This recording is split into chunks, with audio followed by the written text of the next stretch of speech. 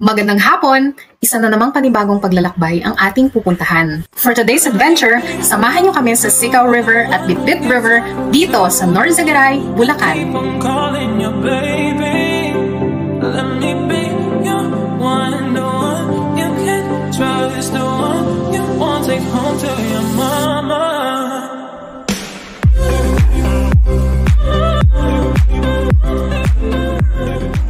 Para marating ito, gumamit kami ng Google Maps kung saan ipinin namin ang Morgan Sicao River Resort.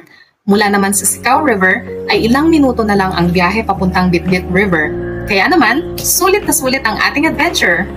Mula sa kinaroroonan namin sa Santa Maria, Bulacan, bumiyahe kami ng kulang-kulang 1 oras sa pamamagitan ng motorsiklo.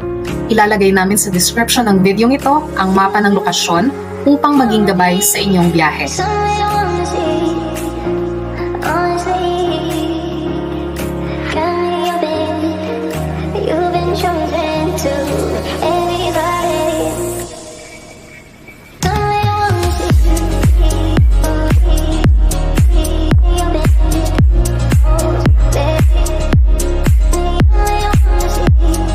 Sa kaliwa ay ang daan patungong Sicao River, samantalang sa kanan naman ang pababa ng Bitbit River.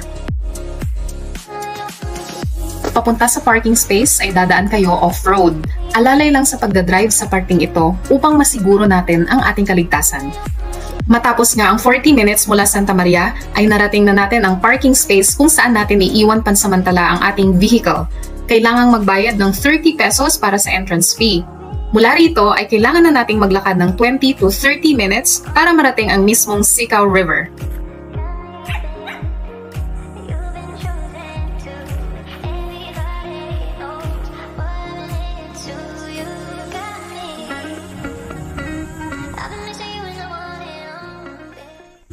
Guys, ito yung pinakamahirap naming napuntahan. So far so far. May bangin. Kaya pag mag-hike kayo pababa, ingat, dahan-dahan lang para hindi tayo madisgrasya. Guys, nandito na tayo, konti. Dito na.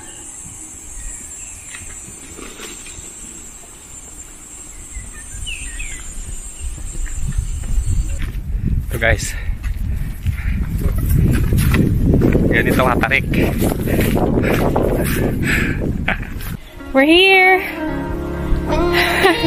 Kami lang po. Mahirap kasi siyang marating. Anyway, we arrived.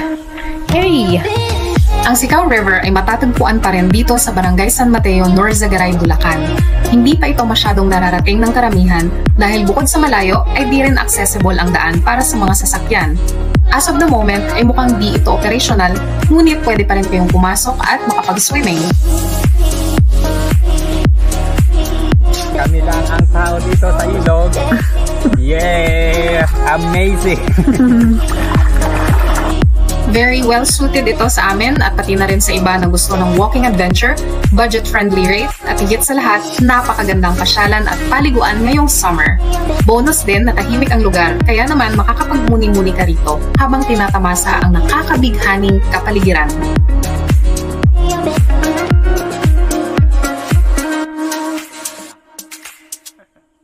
Tapos ang mahigit 1 oras ay nagdesisyon na rin kaming umalis dahil maliban sa kami lang ang nandoon ay para masiguro na may nakalaan pa kaming oras para magtungo sa susunod na lokasyon, ang Bitbit River, Annex B.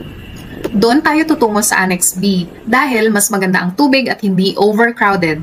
Papunta sa Bitbit ay bumiyahe lang kami ng kulang-kulang 20 minutes mula sa parking area ng Sicao River at narating na namin ito. Kailangang magbayad ng parking fee na 30 pesos at additional 20 pesos naman para sa entrance fee naming dalawa ni Mans.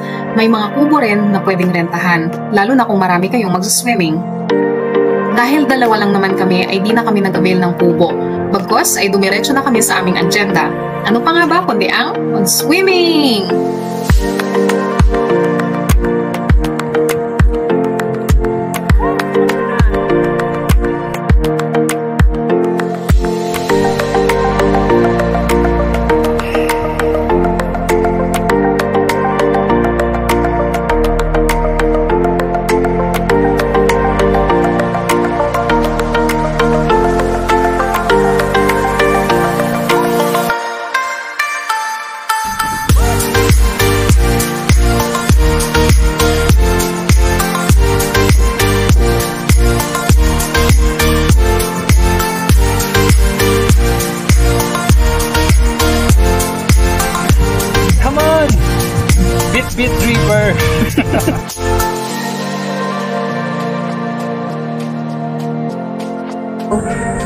guys, kung pupunta kayo dito, huwag na kayo mag-cottage.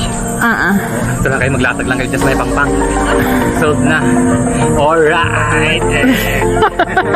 Halata naman na nag-enjoy kami ng lubos dahil maliban sa napakaaliwalas at ganda ng ilog, ay tamang-tama lang din ang temperatura ng tubig, kung kaya't halos di na kami umahon sa paglangoy. 500. Buong araw yan. Buong araw. Sige. Oh, shout out. Yun o. Thank you. 128. Shout out.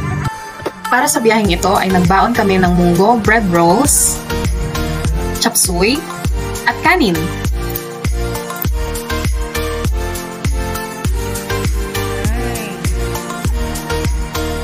Ngayong summer, hindi mo kailangang gumastos ng malaki upang makapag-relax at mag-bonding kasama ang pamilya.